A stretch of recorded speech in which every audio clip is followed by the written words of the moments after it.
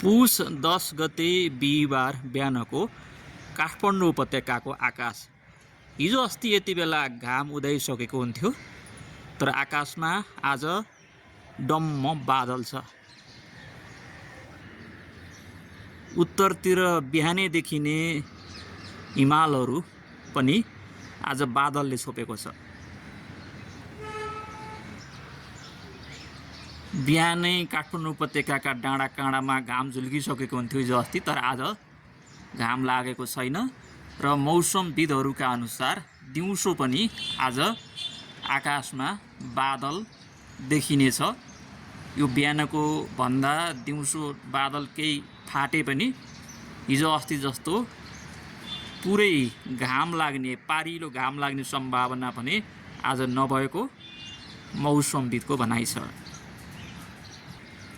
पुस 10 गते बिहिबार बिहानको काठमाडौँ उपत्यकामा बदली भएको आकाश।